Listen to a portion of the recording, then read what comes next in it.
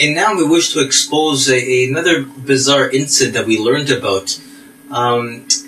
At least 2 years after this contract was signed with the city of Montreal, we were told that a local Montrealer was assaulted in a subway system, and what he was provided in terms of video cameras, the recording material of what happened to him, was very suspicious because the quality that he was provided from these video recordings were extremely low quality, nothing near the high sophistication, reliability that we hear from Veron's own rhetoric on their website, and even the rhetoric that we hear being espoused by people like Jean Lapierre, Claude Trudel, and Dauphin.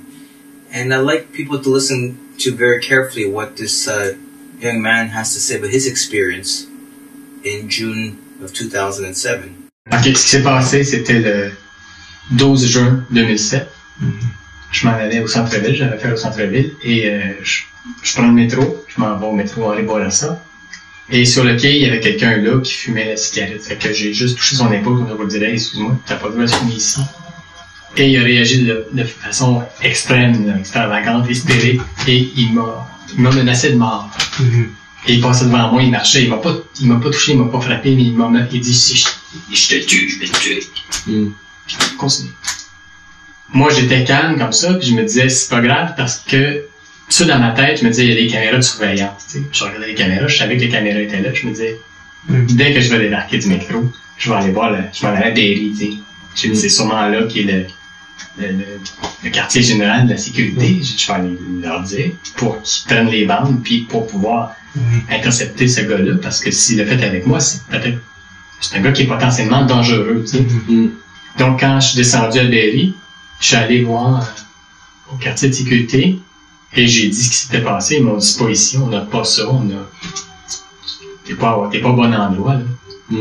Ben, j'ai dit, comment ça se fait, qu'est-ce que je dois faire? Mais il faut que t'ailles au poste de police de ton quartier pour déposer une plainte. Fait que quand je suis retourné le soir, il était là, je sais pas, 5 heures, je sais pas, je suis allé au poste de police qui est à côté du métro, là, sur la Jeunesse, je crois. Et je suis allé là pour déposer une plainte, puis le policier qui était là, il a trouvé ça drôle, là, ce qui s'était passé, puis c'était comme, pour lui, c'était pas sérieux, tu sais. Mais moi, je dis, je veux déposer une plainte parce que moi, je considère que c'est sérieux. Quelqu'un m'a menacé de mort et peut en menacer d'autres aussi, dont mes enfants et n'importe qui d'autre qui se promène là. C'est quelqu'un de dangereux, il faut que quelqu'un paye. Donc, il a accepté de prendre ma déposition. J'étais très clair, j'avais pris le temps de vraiment identifier l'individu, voir ça, ses vêtements, quelle grandeur il était, ses cheveux, ses pantalons, tout. Fait que j'ai fait une déposition assez claire. Il m'a dit, il y a un enquêteur qui va te rappeler. Et quand l'enquêteur m'a appelé, il m'a dit, j'ai essayé de faire sortir les bandes, mais ça va être difficile, pas sûr qu'on va les avoir ou quelque chose.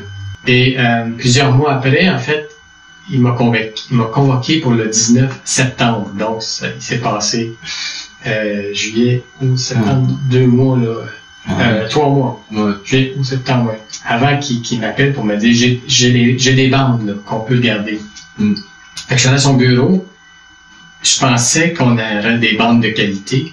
Il m'a dit, sur 4 bandes qu'on a, il y en a 2 qui sont défectueuses, fonctionnent pas, marche pas. Ça marche juste pas. Et ça, c'était des cassettes?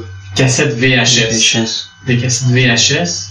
Et là, on s'est mis à regarder ça dans un appareil rudimentaire, qui a même pas de shuttle rewind forward. Donc, et la qualité de l'image était vraiment, vraiment pas bonne. Puis on avait une image qui était une image par seconde. Il y avait un frame par seconde. Et les seules images qu'on avait, il n'y avait aucune image du quai. Aucune bande du quai fonctionnait. Il y a 4 caméras sur le quai. Aucune de ces images-là était disponible.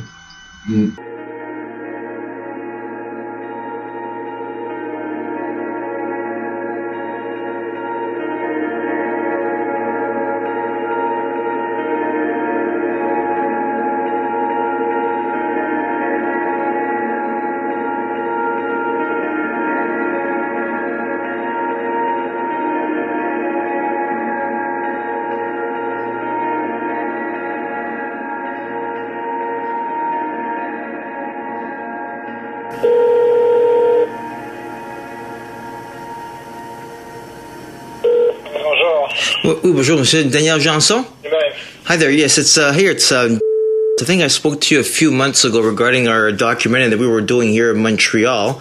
I did speak to Peter from Verint and also Christian Portalance, but there's actually one more question that we have. Peter told me to speak to you about it. Is the system already in operation, or would that be in operation later on in 2008, the actual surveillance system here in Montreal? Oh, it's in operation right now. Oh, do you know since how long it's been in operation? Well, started last year, a year ago, roughly. A year ago.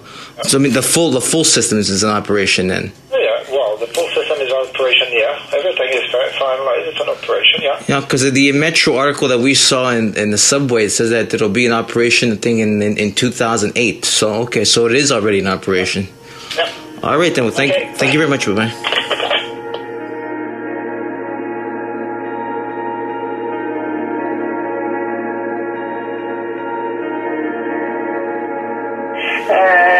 Hi, Mr. Sullivan, Marianne Howard, MTC's Media Relations.